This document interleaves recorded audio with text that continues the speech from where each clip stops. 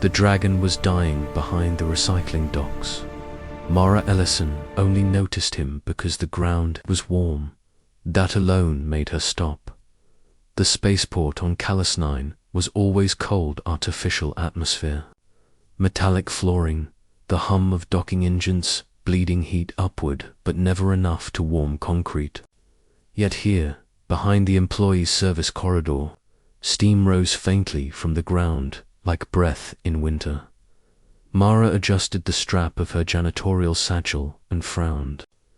She wasn't paid to investigate anomalies. She wasn't paid for much of anything. Honestly, minimum wage, night shifts, zero benefits, and a contract that reminded her weekly she was replaceable. Still, heat meant danger. A reactor leak, maybe. Or worse, she rounded the corner slowly and froze. Curled between stacks of discarded cargo frames was a creature straight out of myth. Scales the color of burnt copper, cracked and dulled as if scorched too many times. Wings folded tight, membranes torn and bleeding a strange silver-blue fluid. A long neck rested limply against the concrete, smoke leaking from between sharp teeth with each shallow breath. A dragon dot, not a hulla. Not a zoo construct. Not an engineered pet species. A real one. Mara's first instinct was to run. Her second was to scream. Her third, quieter, heavier, was to notice the shackles. Thick alloy restraints circled the dragon's forelimbs and neck, etched with anti-psionic glyphs used by the Galactic Council to subdue dangerous species. Illegal unsentient beings. Her heart began to pound. You're not supposed to exist. She whispered, one massive eye cracked open gold. Intelligent, pain-filled, neither. A deep voice rasped directly into her mind. Was I supposed to fall here? Mara swallowed hard.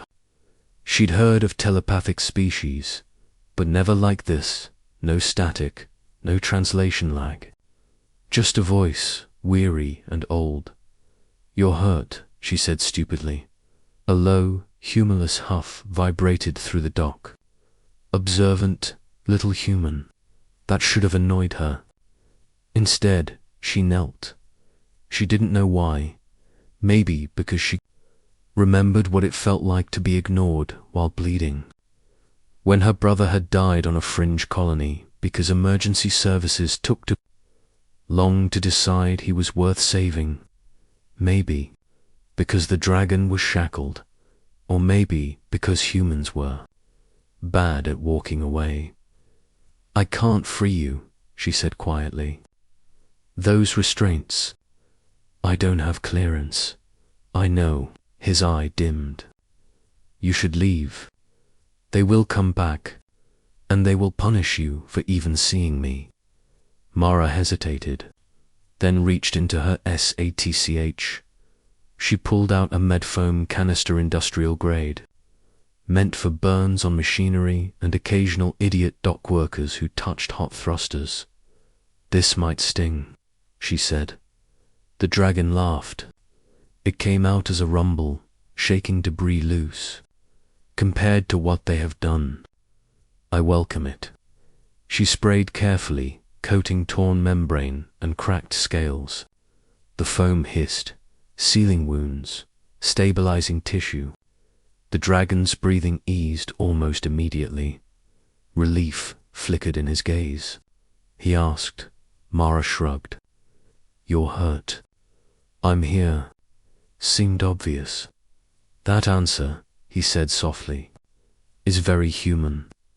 She worked in silence after that, cleaning blood, adjusting the foam, ignoring the voice in her head screaming that she was risking everything. When she finished, she stood, dusted off her knees. I'll come back, she promised before she could stop herself, with better supplies. Maybe I can, do not, the dragon interrupted, suddenly sharp. If they catch you, they already catch people like me, she said quietly. For less than this. She turned and left before fear could catch up. They fired her the next morning. No warning. No explanation beyond violation of security protocol and unauthorized interaction with restricted biological assets. Mara didn't argue.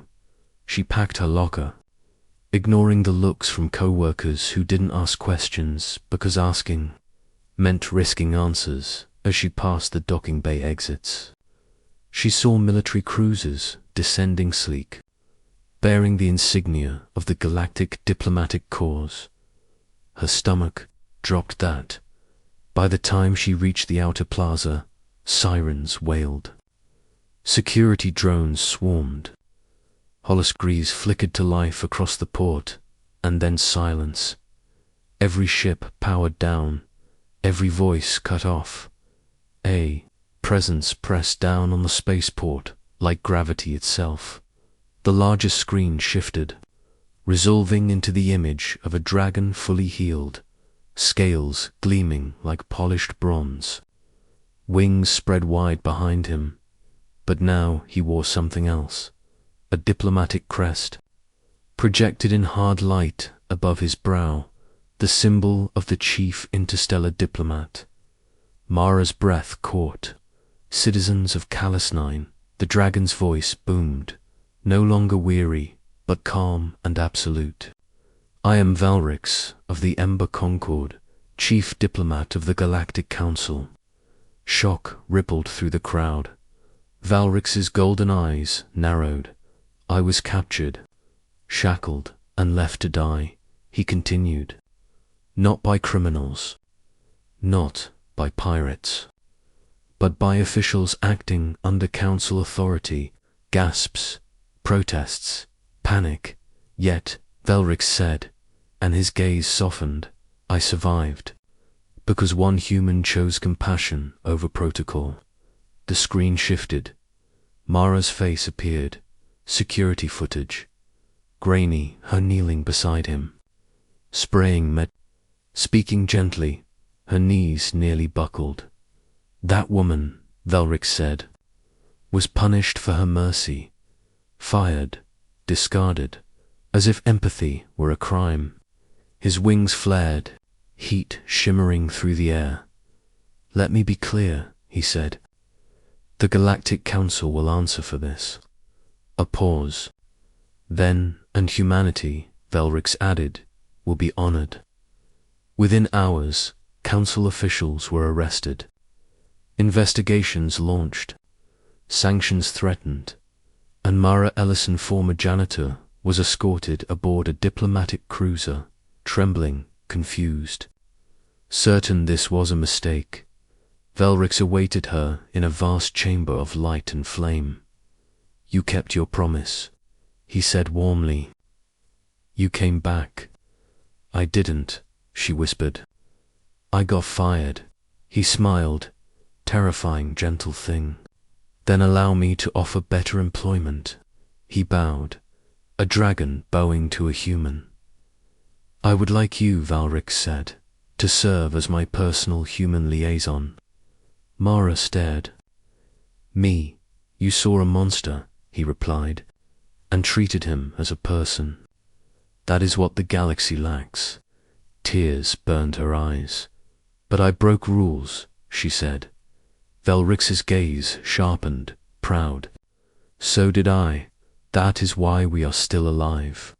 Outside the viewport, ships from 100 species hovered in silent respect. Humanity had not conquered. Them had not threatened them, had not outgunned them. A human had simply helped a stranger behind a dock, and the galaxy would never forget it. Asterisk.